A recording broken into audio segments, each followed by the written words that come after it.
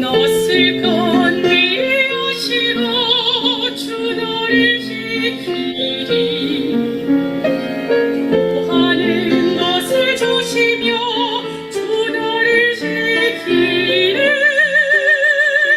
어려운 시험 당해도 주 너를 지키리 우주의 꿈에 거하라 주 너를 지키리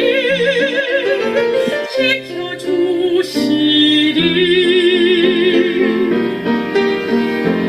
주 너를 지키리 아무 때나 어디서나 주 너를 지키리 늘 지켜주리라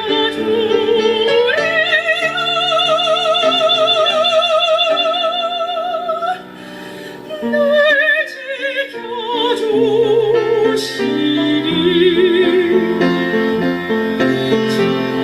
지켜주시리 사랑한지 내가 저를 건지리라 전하의 이름을 한지 내가 저를 높이리라 전하에게 간구하리니 내가 응답하리라 저희 환난 때에 내가 저와 함께하여 저를 건지고 영화롭게 하리라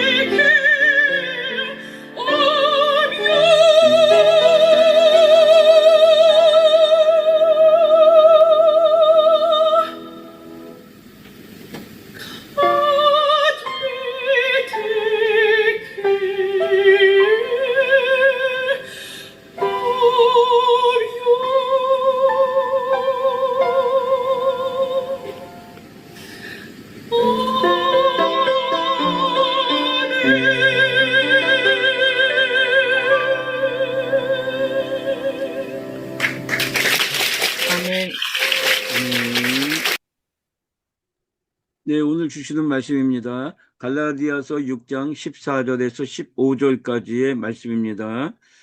영상으로 듣겠습니다. 그러나 내게는 우리 주 예수 그리스도의 십자가 외에 결코 자랑할 것이 없으니 그리스도로 말미암아 세상이 나를 대하여 십자가에 못 박히고 내가 또한 세상을 대하여 그러하니라. 할례나 무할례가 아무것도 아니로되 오직 새로 지으심을 받는 것만이 중요하니라. 아멘. 네, 오성종 목사님께서 오직 새 피조물이라는 제목으로 말씀 증거하실 때 오늘도 큰 은혜가 되시기를 소망합니다. 네, 목사님이 나오셔서 말씀 전해주시겠습니다. 할렐루야. 갈라디아서 6장 14절 15절 말씀 본문으로 읽었습니다. 제가 다시 한번 읽겠습니다. 그러나 내게는 우리 주 예수 그리스도의 십자가 외에 결코 자랑할 것이 없으니 그리스도로 말미암아 세상이 나를 대하여 십자가에 못 박혔고 내가 또한 세상을 대하여 그러하니라. 할례나 무할례가 아무것도 아니로되 오직 새로 지으심을 받는 것만이 중요하니라. 15절에서 오직 새로 지으심을 받는 것 것만이 중요하니라 이렇게 번역이 되어 있는데 이것은 오직 새로운 피조물 많이 중요하니라 이렇게 번역을 할 수도 있습니다. 똑같은 의미가 될 수가 있습니다. 영어로 말하자면은 크리에이션이라 그러는데 새로운 크리에이션, 새로운 창조물, 새로운 피조물 이런 뜻입니다. 크리에이션. 새로 지으심을 받는 것 또는 새로 지으심을 받은 자.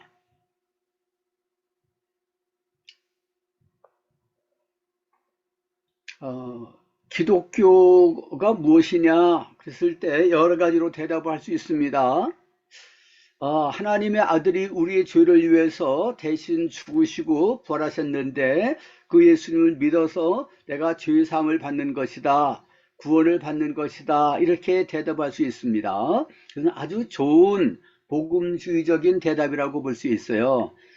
우리 주님은 우리의 구원자로 세상에 오셔서 구원받을 수 있는 길은 오직 예수밖에 없어.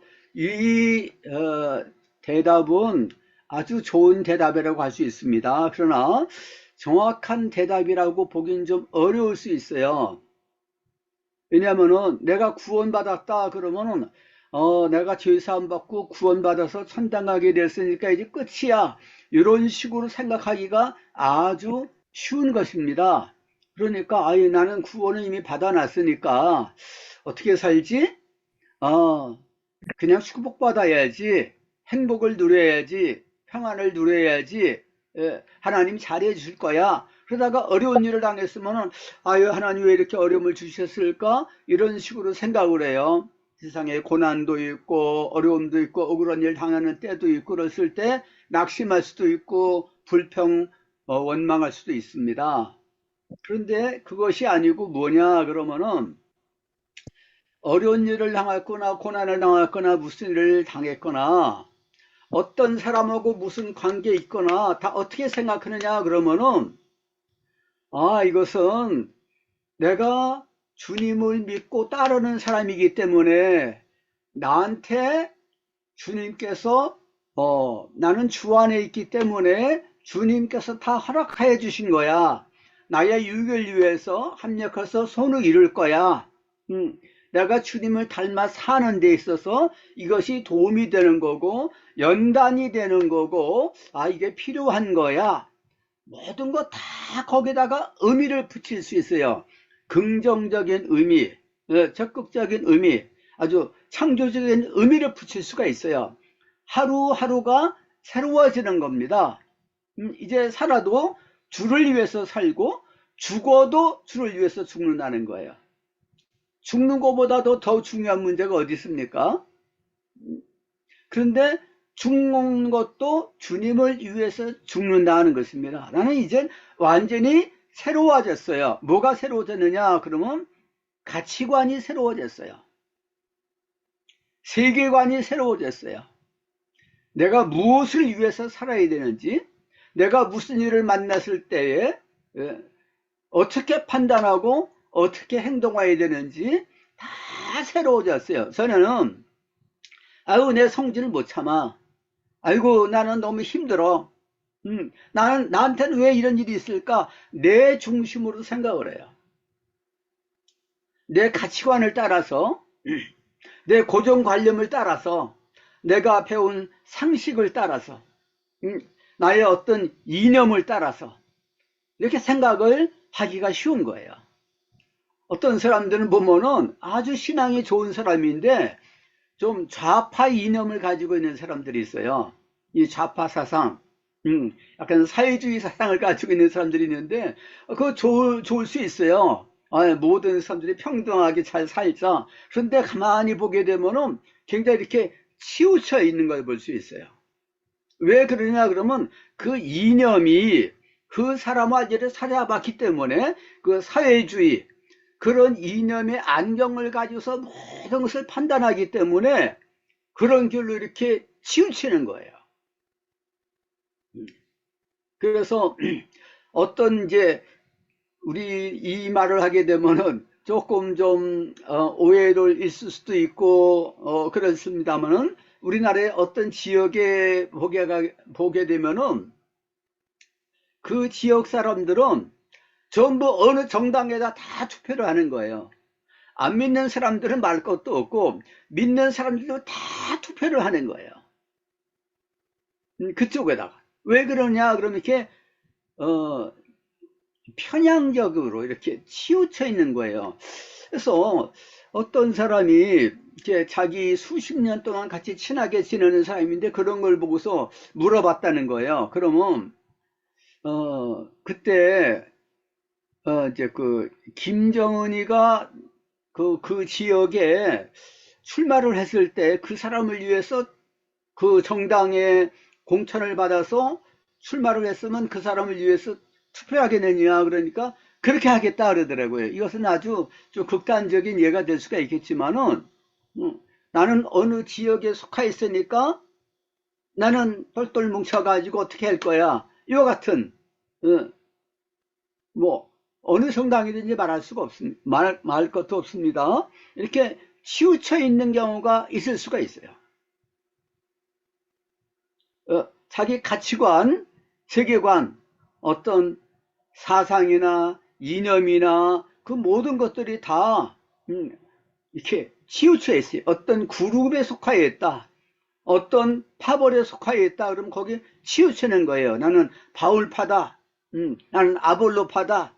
나는 게바파다. 그리스도파다. 이런 식으로 파벌 의식을 가지게 되는 거가 바로 그런 거거든요. 그래서 사도 바울이 여러분들이 내 이름으로 세례를 받았습니까? 내가 여러분들을 위해서 십자가에서 죽었습니까? 그 고린도전서 1장에서 그렇게 말하고 있지 않습니까? 자꾸 나를 중심으로 어떤 사람을 중심으로 해서 어떤 파당을 중심으로 해가지고서 생각하고 판단하고 행동을 하는 것은 잘못됐다는 거예요. 그러면 어떻게 판단하고 행동해야 되느냐? 그러면 오직 예수, 그리스도, 주님 같으면은 어떻게 하실까? 주님 같으면 어떻게 하실까? 어저께도 우리 유다니엘 선교사님이 말씀하신 것처럼 한경직 목사님이 예수님 같으면은 어느 상가, 어느 집에 신당을 가실까? 이렇게 생각하라고 판단하고 행동했다 그러지 않습니까? 이것이 바로 오늘 이제 본문에서 말씀하고 있는 것이죠. 새로 지으심을 받은 자뿐이니라.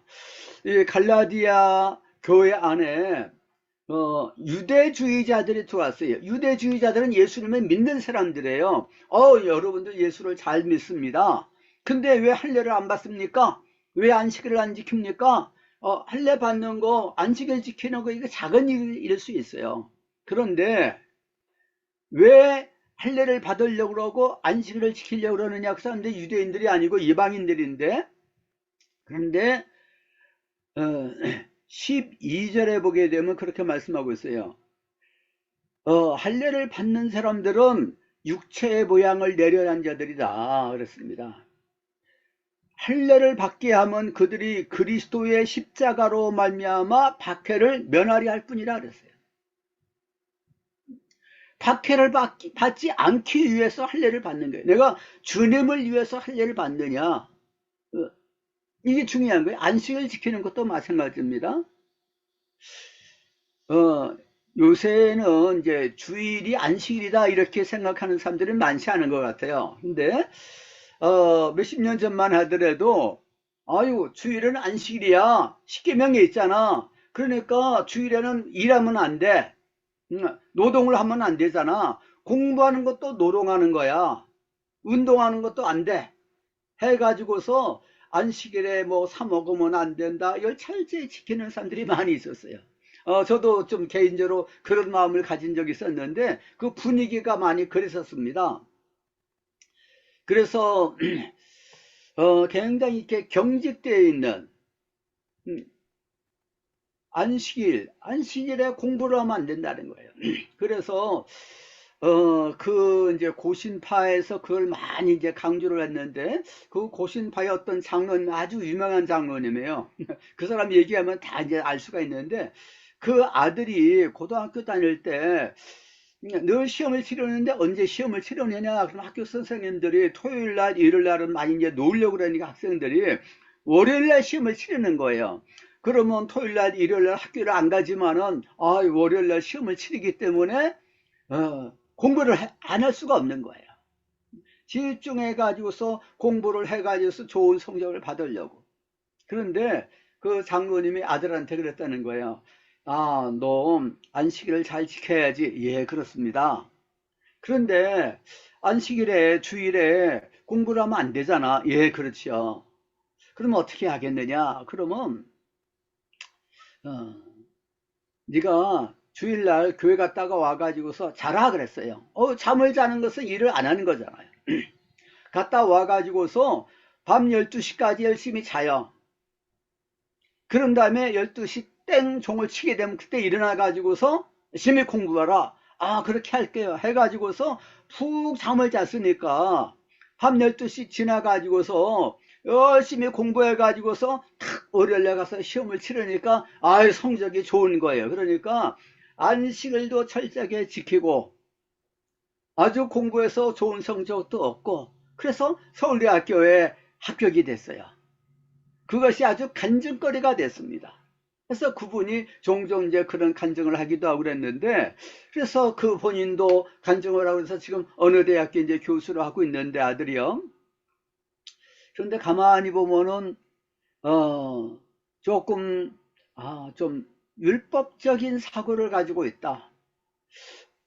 율법적으로 생각을 하고 판단하고 이제 비판하고 하는 것을 좀 볼 수가 있어요. 안식일을 지키는 걸 뭐를 위해서 지킵니까? 지키는 것도 주님을 위해서 지키는 게 아니고 율법 계명을 지켜가지고서 내가 온전하게 된다. 율법을 지키는 사람이 안 지키는 사람보다 더 온전해지는 거예요.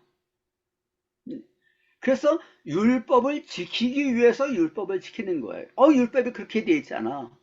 이것은 사도 바울이 내가 안식일을 지키는 것도 누구를 위해서 지키느냐 그러면 주님을 위해서 하는 거다라는 것입니다.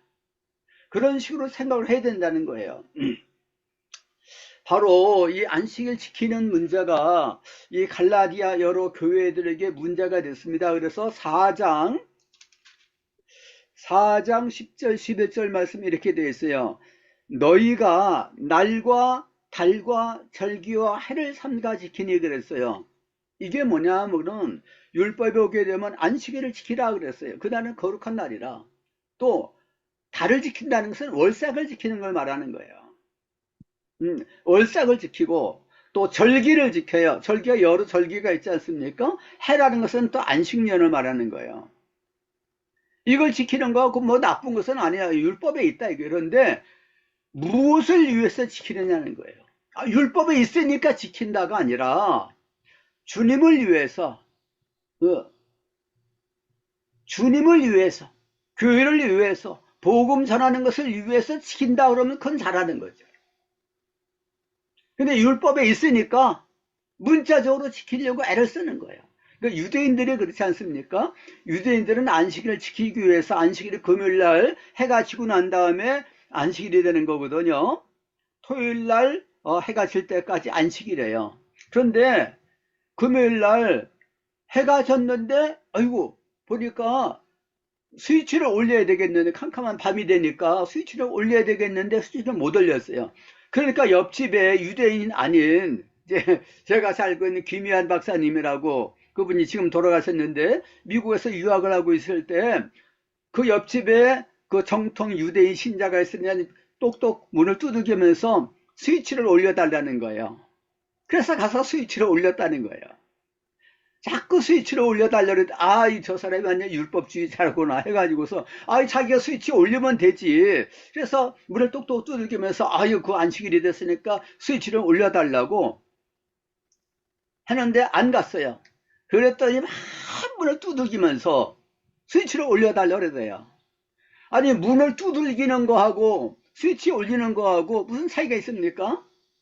이게 얼마나 모순된 거예요. 그냥 문자적으로 그 지키기 위해서 어떤 율법, 구전율법이라는 것이 있어요. 그걸 지키기 위해서 하는 거예요. 예수님도 안식일에 38년 된 병자를 이렇게 세웠어요. 고쳐줬어요. 네 침상을 가지고서 걸어가라 해가지고서 38년 동안 누워있던 사람이 벌떡 일어나서 침상을 가지고 걸어갔어요. 얼마나 대단한 일입니까? 감사한 일입니까? 사람들은 하나님께 영광을 돌려드리는데 바리새인들은 어떻습니까? 잘못됐다는 거예요. 누가 이렇게 걸어가라고 그랬느냐? 아유, 나를 고쳐준, 그분이 이렇게 나를 걸어가라고 그랬다고. 그 얘기를 하니까 예수님을 죽이려고 그랬다 그러세요. 왜 안식일을 어기게 만들었느냐? 요한복음 5장에 보게 되면은 이야기가 나오지 않습니까? 그 사람이 안식일에 고침을 받았는데 38년 됐다가 고침을 받았어요. 그래가지고서 건강에 돼가지고서 침대가 얼마나 다 망가졌겠습니까? 얼마나 더러워졌겠어요? 제대로 청소도 안 하고. 그러니까 그걸 치워야 되잖아요. 그러니까 그걸 옮기면 안 된다는 거예요. 그대로 내버려둬야 된다는 거예요. 그 내버려두는 게 좋겠습니까? 그런데 안식일을 어긴 게 아니냐, 거기에 관심이 있는 거예요. 그래서 안식일 문제가 초대교회 때 아주 중요한 문제가 됐었던 거예요. 로마 교회도 바로 그것이 이제 문제가 됐어요. 그래서 로마서 14장을 보게 되면은 로마 교회에 안식일을 열심히 지키는 사람들이 있는 거예요. 문자적으로. 근데 어떤 사람들은 그래도 주일날 예수님이 부활하신 날이 주일날이니까 주일날 더 거룩한 날이 아니냐, 주일날 우리가 예배 드리는 게 좋다 해가지고서 안식일에 매 있는 사람들은 좀 유대인들 중심으로 해가지고 토요일날 모여가지고서 예배를 드리고, 또 다른 이방인들은 본래 초대교회 전통이 주일날 모이는 거예요. 그래서 주일날 모여서 예배를 드리고 이렇게 된 겁니다. 그래서 거기에 대해서 사도 바울이 가르치고 있어요. 14장 4절 5절을 보게 되면은 14장 4절 막 비판하는 거예요. 14장 3절부터 보게 되면은 또 먹는 문제 때문에 문제가 많이 있었습니다. 그 율법에 보게 되면 이 음식은 정한 음식이다, 이것은 부정하는 음식이다, 이런 것이 많이 있지 않습니까? 그래서 먹는 자는 먹지 않는 자를 업신 여기지 말고 먹지 않는 자는 먹는 자를 비판하지 말라. 그리고 서로 비판하지 말라는 거예요. 그 다음에 5절에 어떤 사람은 이 날을 저날보다 낮게 여기고 어떤 사람은 모든 날을 같게 여긴다 그랬습니다. 각각 자기 마음으로 확정할지니라. 나를 중히 여기는 자도 주를 위하여서 중히 여기고 먹는 자도 주를 위해서 먹으니 이는 하나님께 감사하며 먹지 않는 자도 주를 위하여서 먹지 아니하며 하나님께 감사하느니라. 안식교가 있지 않습니까? 안식교가 사도신경도 그대로 고백을 해요. 예수님을 통해서 구원받는다, 이것도 다 고백을 해요. 그런데 큰 차이가 뭐냐 그러면 안식일 지키는 거예요. 우리나라에서는 안식교를 좀 이단시하지 않습니까? 근데 미국이나 유럽이라는 데서는 그렇게 이단시하지 않아요. 우리나라에서는 좀 흑백 논리라는 거가 있어요. 그래서 뭐 하나가 좀 본질적인 거가 잘못됐다 그러면 이단이라고 봐야죠. 근데 본질적인 게 아닌데 비본질적인 건데 지엽적인 문제인데 그게 달랐어요. 근데 그러면 나와 차이가 있으니까 이단이다, 그런 경향이 많이 있어요. 우리나라 그 사색 당파를 할 때에 그런 논쟁이 많이 있었지 않습니까? 아주 사소한 문제인데 그런 문제를 가지고서 서로 다투고 사람을 죽이기도 하고 그런 일이 참 과거에 많이 있었는데 아주 우리나라에 그런 전통이 좀 있어요. 그런데 제가 꼭 안식교를 옳다고 좋다고 말하는 것은 아니지만은 근데 안식교의 잘못이 뭐냐 그러면 왜 토요일 날을 거룩한 날로 지키고 아무것도 안 하려고 그러느냐 그러면 거기에 계명이 있잖아. 율법에 있잖아. 신약 성경에 예수님이 뭐라고 말씀하셨는지 사도 바울이 뭐라고 말씀하시는지 어떻게 기록이 되어 있는지 지금 신약 시대가 아니겠습니까? 지금 율법 시대가 아니고 은혜 시대잖아요. 그러니까 구약의 완성은 신약이니까 신약의 교훈을 받아가지고서 그러면 이 제4계명 안식일 준수 계명을 어떻게 이해하고 적용할 것인지를 생각을 해야 되는 거거든요. 근데 그냥 문자적으로 전통이니까 이것을 지키려고 하는 경향이 있는 거예요. 그래서 또 안식일도 다른 문제도 좀 있습니다. 그런 것 때문에 잘못 나가는 거죠. 근데 사실은요, 안식교인들이 굉장히 말씀대로 살려고 그러기 때문에 전 세계에서 가장 그 경건한 사람들은 안식교인이라 그럽니다. 안식교 목사들은요, 좀 물질에 대해서 탐욕을 가진다든가 세속화된다든가 타락한다든가 이런 것이 굉장히 적다는 거예요. 좀 상대적으로 봤을 때 근데 뭐 전체적으로 다 그렇지는 않겠지만은 저는 말씀을 중요시 해가지고서 철저히 말씀대로 살려고 하는 것은 좋은데 그러나 예수님 같으면 어떻게 할 것인가 이것을 생각을 하고 초대교회에서는 어땠는가 생각을 해야 되거든요. 근데 초대교회 때는 사실은 주의를 지켰거든요. 그래서 이그나시우스라고 하는 교부가 있는데 그 사람의 그 글에 보게 되면 그런 말씀이 있어요. 아주 그 사도들 바로 이어서 교부를 했던 사람이에요. 거기에 보게 되면은 우리는 안식일을 지키지 않고 주일을 지킨다 이런 말씀이 있어요. 그러니까 토요일 안식일을 안 지킨다는 거거든요. 문자적으로 지키지 않는다는 거예요. 사실은 갈라디아서 4장 10절 11절에도 말씀이 나와 있고 로마서 14장 6절 7절 5절 6절에도 이 말씀이 나와 있는 것을 볼 수가 있는데 6절 7절 이 말씀이 나와 있는 것을 볼 수가 있는데 교부들에도 그런 말씀이 있어요. 또 디다케라고 하는 12사도 교훈집이라고 하는 또 책이 있습니다. 거기도 보게 되면 그것도 아주 주후 110년경에 기록된 그 서신인데 거기에도 보게 되면은 역시 우리는 토요일을 안식일을 지키지 않고 주일을 지킨다는 말이 있어요. 아주 초대교회 때부터의 그 전통이에요. 그것은 그렇기 때문에 그냥 안식일 그 교리에 매이는 것도 성경자로 보기가 어려워요. 나를 중히 여긴 자도 주를 위해서 죽인다.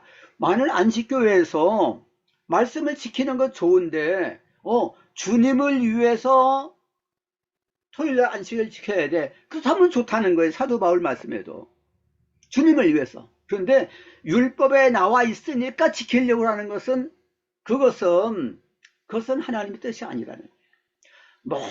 모든 일을 할 때 주님 중심으로 하라는 것입니다.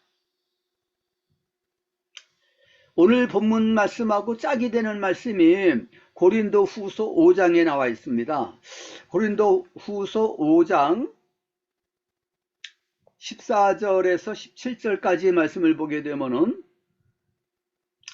그리스도의 사랑이 우리를 강권하시는도다. 우리가 생각하건대 한 사람의 모든 사람을 대신하여 죽었은즉 모든 사람이 죽은 것이다 그랬어요.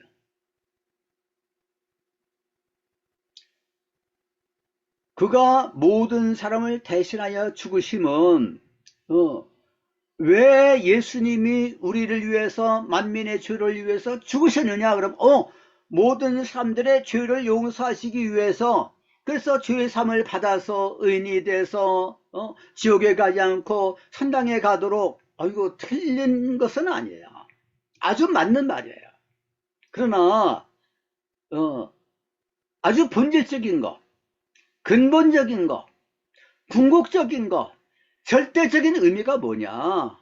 본질이 중요한 거거든요. 그건 뭐냐? 그러면 그가 모든 사람을 대신하여 죽으심은 살아있는 자들로 하여금 다시는 그들 자신을 위하여서 살지 않고 오직 그들을 대신하여 죽었다가 다시 살아나신 이를 위하여 살게 하려 하심이라 그랬습니다. 그러면서 17절에서 그런즉 누구든지 그리스도 안에 있으면 새로운 피조물이라 이전 것은 지나갔으니 보라 새 것이 되었도다. 누구든지 그리스도 안에 있으면 예수를 믿는 사람은 그리스도 안에 있는 것입니다. 골로새서 2장 6절 7절 말씀에 그리스도 예수를 주로 받았으니 이제는 너희가 그 안에서 행하라 이렇게 말씀해요. 예수님이 나의 주인이니까 만민의 주가 되시고 만유의 주가 되시고 만유의 머리가 되시니까 교회의 머리가 되시니까 이제는 예수는 주님이라고 부르면서 주님의 이름으로 하라는 거예요. 주님을 위해서 살고 주님을 위해서 죽고 주님을 따라가는 사람이 되라는 것입니다. 주님 같으면 어떻게 하겠느냐? 주님의 마음을 가지고서 생각하고 판단하고 행동하려는 것입니다. 이전 것은 지나갔다. 이전 가치관은 지나갔어요. 새 것이 되었다 그랬습니다. 누구든지 그리스도 안에 있으면 새로운 피조물이라 그랬어요. 새로운 피조물. 여기 고린도 후서 5장 17절에 새로운 피조물이라고 말씀하고 있는데 이 피조물은 원문에서 카이네크티시스 이렇게 되어 있어요. 카이네크티시스 새로운 피조물. 그런데 오늘 읽은 갈라디아서 5장, 갈라디아서 6장, 갈라디아서 6장 15절에서도 마찬가지예요. 할래나 무할래나 아무 소용이 없으되 오직 뭐냐 그러면 카이네크티시스 그랬어요. 어문에서는 똑같은 단어입니다. 그러니까 이것을 번역을 할 때 새로운 피조물이다 이렇게 번역을 할 수 있어요. 그런데 우리말 번역에서 오직 지으심을 받은 것 뿐이니라 그랬는데 같은 의미입니다. 새로운 피조물. 예수 믿는 사람은 새로운 사람이 된 거예요. 새 사람. 우리 주님께서 죽으셨다가 부활하셨는데 우리도 예수님의 죽으심과 함께 우리 옛사람이 십자가에 못 박혔다 그랬어요. 그리고 우리 주님께서 죽은 자 가운데서 부활하신과 연합해서 우리는 새 생명 가운데서 행하게 됐다 그랬습니다. 우리는 새로운 사람이 됐어요. 이제는 그리스도께 속한 사람이 된 거예요. 주님 안에 있으니까 주님의 생각을 가지고 주님을 따르는 주님의 제자로서 주님께서 뭐라고 말씀하셨지? 안식일에는 어떻게 했지? 원수를 어떻게 했지? 원수에 대해서 아이고 그 사람은 도저히 용서해 줄 수가 없어. 그렇지만은 예수님은 어떻게 했었습니까? 십자가에서 저들의 죄를 용서해 주옵소서 그러면서 위에서 기도하지 않았습니까? 스데반도 자기를 돌로 치고 하는 사람들을 향해서 주 예수여 저들의 죄를 용서해 주옵소서 이렇게 기도하지 않았습니까? 그 기도를 사도 바울도 들은 거예요. 믿기 전에. 어떻게 축복하면서 이렇게 죽을 수가 있습니까? 그런데 주님께서 그렇게 하셨으니까 주님의 이름으로 그들을 축복하면서 죽는 거예요. 주님을 따라가기 위해서. 골로새서 3장 1절부터 그리스도 안에서 새로운 삶을 어떻게 살아야 되는지에서 말씀하고 있는 것을 볼 수 있습니다. 3장 1절부터 그러므로 너희가 그리스도와 함께 다시 살리심을 받았으면은 위의 것을 찾으라. 거기는 그리스도께서 하나님 우편에 앉아 계시니라. 위의 것을 생각하고 땅의 것을 생각하지 말라. 이는 너희가 죽었고, 똑같이 말씀하고 있지 않습니까? 너희 생명이 그리스도와 함께 하나님 안에 감춰졌음이라. 우리의 생명이신 그리스도께서 나타나실 그때 너희도 그와 함께 영광 중에 나타나리라. 내가 죽었다는 거예요. 내가 지금 살아있는데 내가 죽었느냐? 우리의 옛사람이 죽었다 그랬어요. 로마서 6장 6절에 우리가 십자가에 못 박힌 것은 우리 옛사람이 죽은 것이다, 그렇게 말씀했어요.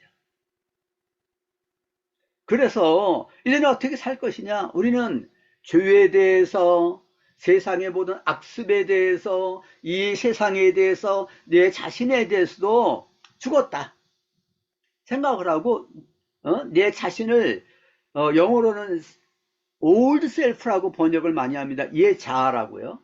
얘 자아는 죽었다는 거예요. 그래서 아유, 내 성질을 못 참아. 나는 도저히 그것만이 용서 못해. 내가 아직 살아있다는 거 아니겠습니까? 이것도 이제 죽어야 되는 거예요. 그래서 3장 5절에 그러므로 땅에 있는 지체를 죽이라. 곧 음란, 부정, 사욕, 악한 정욕과 탐심이라 그랬어요.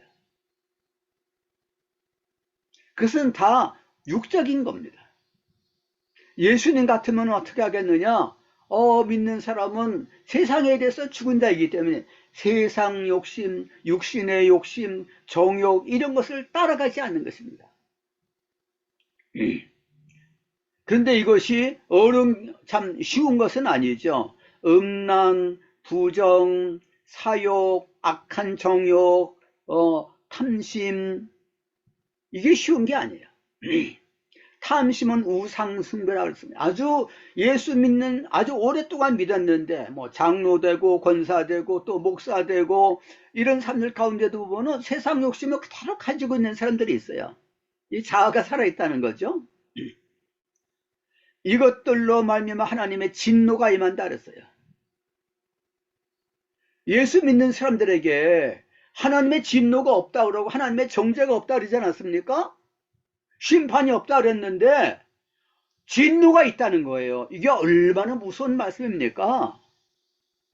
예수 믿는 사람이 하나님의 자녀가 됐는데 영생을 얻었다 그러는데 아직도 육신의 정욕을 따라서 사는 거예요. 육신의 생각은 사망이라 그랬어요. 성령의 생각은 생명과 평안이라 그랬는데 성령을 따라서 살아야 되는데 육신을 따라서 사니까, 내 고집을 따라서 사니까 그 사람은 멸망의 길로 간다는 거예요. 어떤 사람은 돈을 사랑한다 그랬어요. 그래도 돈이 좋아. 돈을 좋아하는 사람이 있어요. 그러나 돈을 사랑함이 일만하게 뿌리라 그러지 않았습니까? 이것을 좋아하는 사람들이 믿음에서 떠나서 자기를 찔렀다 그랬어요.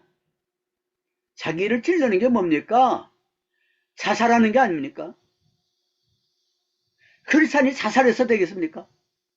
영적인 사살. 믿음에서 떠났다 그랬어요. 평신도들 가운데서 그런 사람이 많이 있겠지만은 목사님들 가운데서 아주 대형교회 목사님들 가운데서 보면은 노욕이라고 그랬지 않습니까? 욕심이 많아져 가지고서 돈을 엄청나게 많이 쌓아놓고 은퇴를 할 때에도 교회 장로님들하고 그 신경을 붙이는 거예요. 나한테 퇴직금을 얼마나 달라. 어떤 사람은 30억을 달라 그래요. 30억을.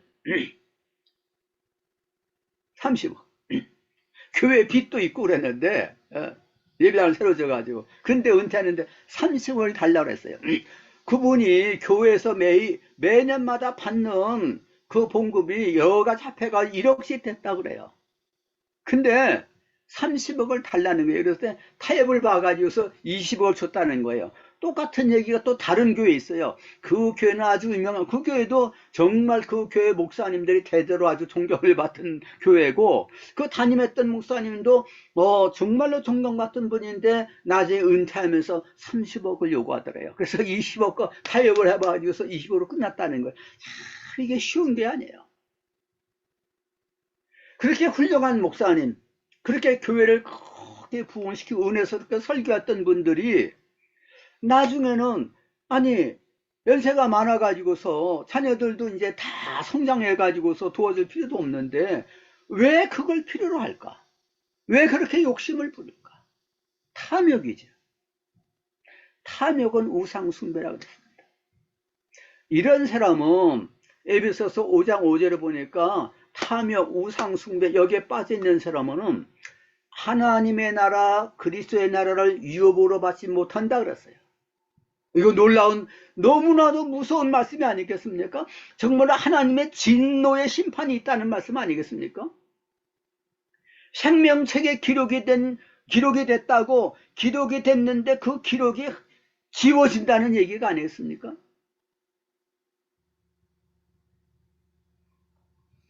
참 무서운 말씀이에요.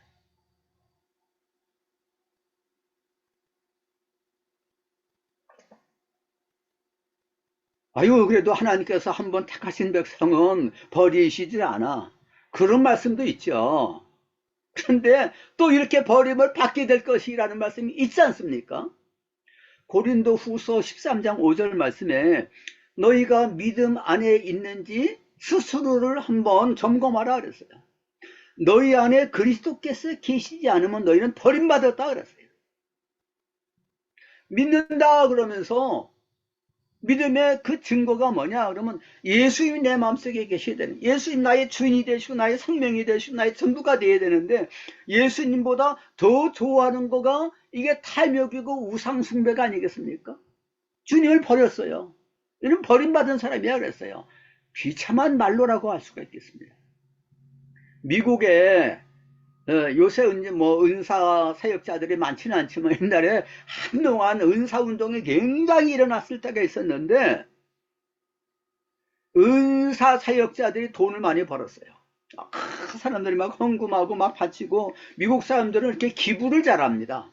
그래서 믿는 사람들이 자기 자식들한테 재산을 물려주지 않고 어디 누구한테 내가 그 학교에다가 또는 교회에다가 바치기도 하고 또 어떤 목사님한테 어떤 선교단체에 바치기도 하고 그런 일들이 굉장히 많아요. 그래서 그 은사사역자 유명한 사람들은 막 TV를 운영을 하기도 하고 그러는데 이 사람들이 많이 타락을 하는 거예요. 80%가 타락했다는 것입니다. 아주 그 무서운 경종이라고 안 할 수가 없어요. 그래서 언제고 어떻게 살아야 되겠습니까? 런던 목양교회 목회하면서 얼마 전에 제가 그분에 대해서 말씀을 했습니다만은 지금 그 교회가 엄청나게 부흥이 되는 거예요. 아주 영국 교회가 다 문을 닫고 예배당을 판다고 그랬는데 그 교회는 너무 좁아가지고서 예배당을 새로 지으려고 땅을 샀는데 또 그 스펄전스 칼리지라고 하는 그 학교를 매입을 하시게 됐어요. 그 학교 문을 닫게 된 겁니다. 100수십 년이 지난 아주 유명한 복음제 신학교였는데 그래서 그 학교를 산 거예요. 놀라운 사건이었습니다. 아주 세계적으로 놀라운 사건이 된 거예요. 근데 그분이 얼마나 전도를 많이 하는지 그냥 영국 사람들도 너무 감동이 되고 다 그 사람 교회로 오고 와가지고 기도하고 전도하고 그러니까 엄청나게 부흥이 되는 거예요. 한국 사람이 와서 담임하고 있는데 그래서 그 교회가 크게 부흥이 되는 것을 볼 수 있는데 그런데 폴송 목사님 송교 목사님이 자기는 아침에 일어나면은 바로 갈라디아서 2장 20절을 암송한다는 거예요. 내가 그리스도와 함께 십자가 못 박혔나니 그런즉 이제는 내가 사는 게 아니고 내 안에 그리스도께서 사시는 것입니다. 자기는 죽었고 예수님이 나의 주인 되셔서 내 안에 사신다는 것을 하루도 수십 번씩 그렇게 고백을 한다는 거예요. 오늘 제가 말씀하는 아주 결론이 이겁니다. 내가 예수 믿는 것도 중요하지만은 예수님 나를 구원해 주셨어. 거기만 멈추면 안 되는 겁니다. 날마다 이제는 내가 살아도 주를 위해서 살고 죽어도 주를 위해서 죽습니다 라고 하나님 앞에서도 고백을 하고 찬송하면서도 고백을 하고 예배드리면서 찬송하면서도 고백할 뿐만 아니라 사람들 앞에서 간증하면서 고백하는 것입니다. 내가 이렇게 사는 것은 나를 사랑하사 나를 위해서 사신을 주신 주님을 믿는 믿음 가운데 사는 믿음으로 삽니다. 신앙 고백을 하고 고백적으로 살고 간증을 하는 것입니다. 이 고백적인 간증하는 그 삶이 너무너무 중요한 거예요. 내가 이렇게 변화가 됐습니다. 나는 이렇게 삽니다. 아유, 그렇게 고백을 했다가 말씀대로 살지 못하고 실수할 때도 있는데 그래도 상관없어요. 사람이 실수가 있을 수가 있지 않습니까?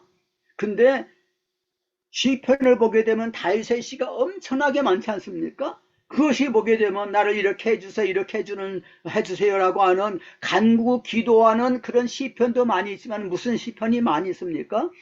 여호와는 나의 목자시니 내가 부족함이 없습니다. 이게 고백하는 거잖아요.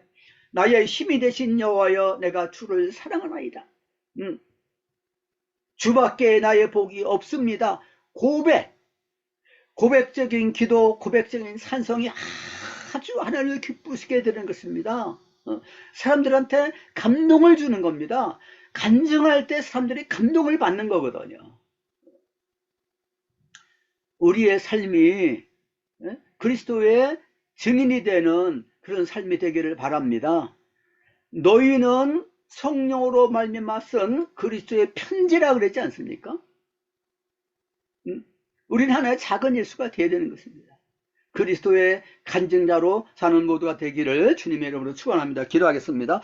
우리 아버지 하나님 참 감사합니다. 하나님 아버지께서 하나님의 아들 우리를 위해서 아끼지 않는 것 십자가에 내주셨는데 이는 우리가 구원을 받을 뿐만 아니라 우리를 위해서 죽으셨다가 살아나신 이를 위해서 살게 하려 하고 말씀했습니다. 사도 바울도 감옥에서 내게 사는 것은 그리스도시니 죽는 것도 유익함이라고 말씀했습니다. 너희가 무슨 일을 하든지 무슨 말을 하든지 다 주 예수 그리스도의 이름으로 하여 그를 힘입어서 하나님 앞에 감사라고 말씀했습니다. 감사가 넘치는 삶을 살게 해 주옵소서. 사랑이 넘치는 삶을 살게 만들어 주옵소서. 섬기는 삶을 살게 만들어 주옵소서. 나를 부인하고 나의 십자가를 짊어지고 주님을 따르는 삶을 살게 만들어 주옵소서. 우리 주님께서 말씀하셨고 그렇게 사셨고 본을 보여주셨기 때문에 우리는 주님의 제자도 그렇게 살아야 될 줄로 믿습니다. 우리의 사명은 우리 주님의 증인이 되는 것입니다. 주님을 간증하는 것입니다. 그리스도의 편지로 사는 것인 줄로 믿습니다. 그렇게 살 수 있는 축복을 일생 동안 허락하여 주시옵소서. 우리 구주 예수 그리스도의 이름으로 기도하옵나이다. 아멘. 감사합니다. 아멘. 같이 말씀을 생각하시면서 같이 주여 삼창하시고 같이 통성으로 기도합니다. 주여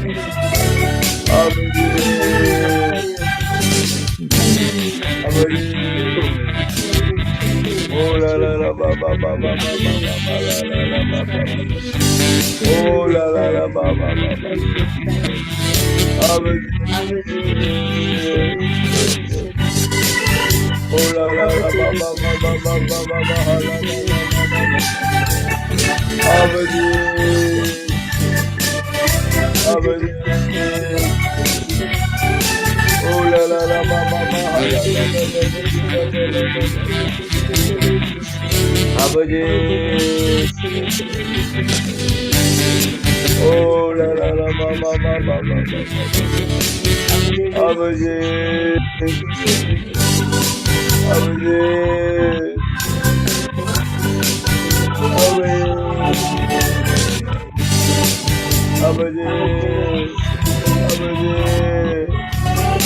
아버지,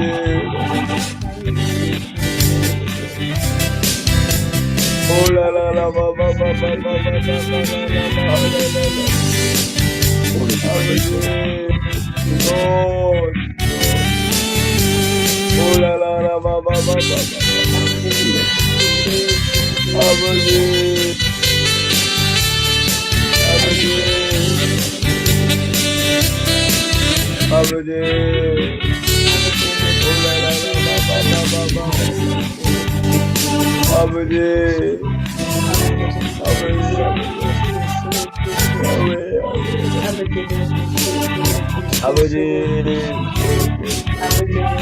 아버지,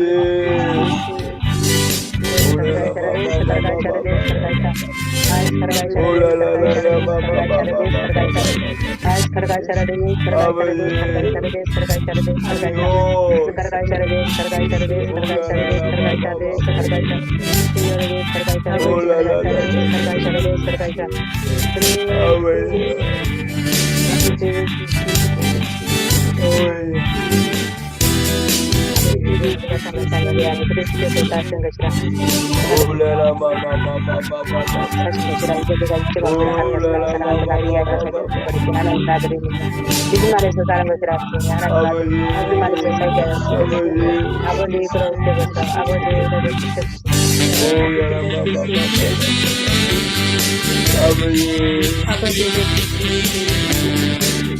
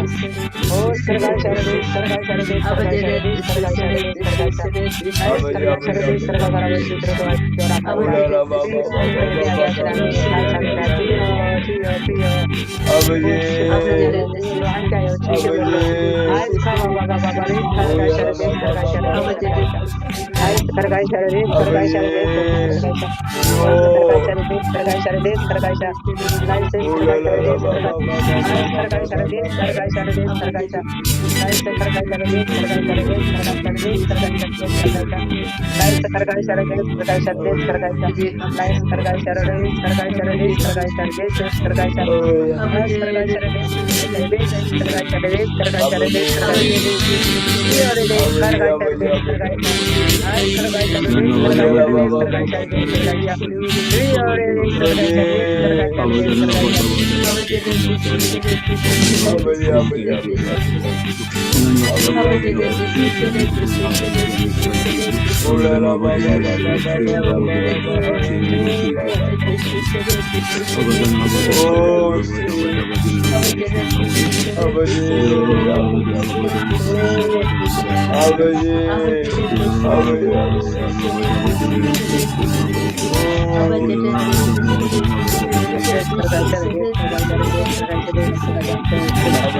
아버지, 아버지,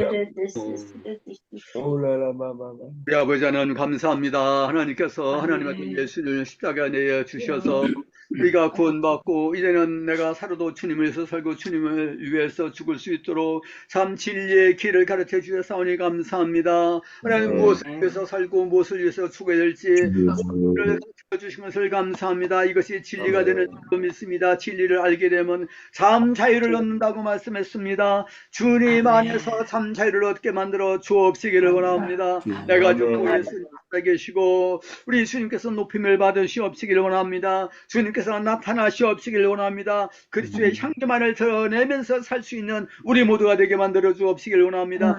양국교회가 십자가를 자랑하고 십자가를 사랑하게 해주시고 주님의 이름으로 행하는 모두가 되게 만들어 주옵시기를 원합니다. 그래서 세상에서 그리스도의 증인이 되는 우리 한국교회가 되게 만들어 주시옵시기를 원합니다. 하나님 북한의 종족들도 불쌍히 여겨 주옵시고 저들 다 우리 주 예수를 믿고 하나님 앞에 돌아오도록 만들어 주옵시고 저들에게 참 자유를 주시옵시기를 원합니다. 참 평강을 주시옵시기를 원합니다. 생명의 길을 다 같이 갈 수 있도록 만들어 주옵시고 그래서 십자가로 말미암아서 복음으로 말미암아서 우리가 온전히 하나가 될 수 있도록 만들어 주옵시기를 원합니다. 저 이스라엘 민족이 선민인데 하나님의 정형들이 율법을 붙잡는 것이 아니라 십자가에 못 박히신 예수 그리스도를 붙잡고 주님 앞에 나오게 만들어 주시옵소서. 아멘. 이제는 우리 주님 예수 그리스도의 은혜와 하나님 아버지의 사랑과 성령의 교통하심이 오직 우리의 길과 진리와 생명 되시오.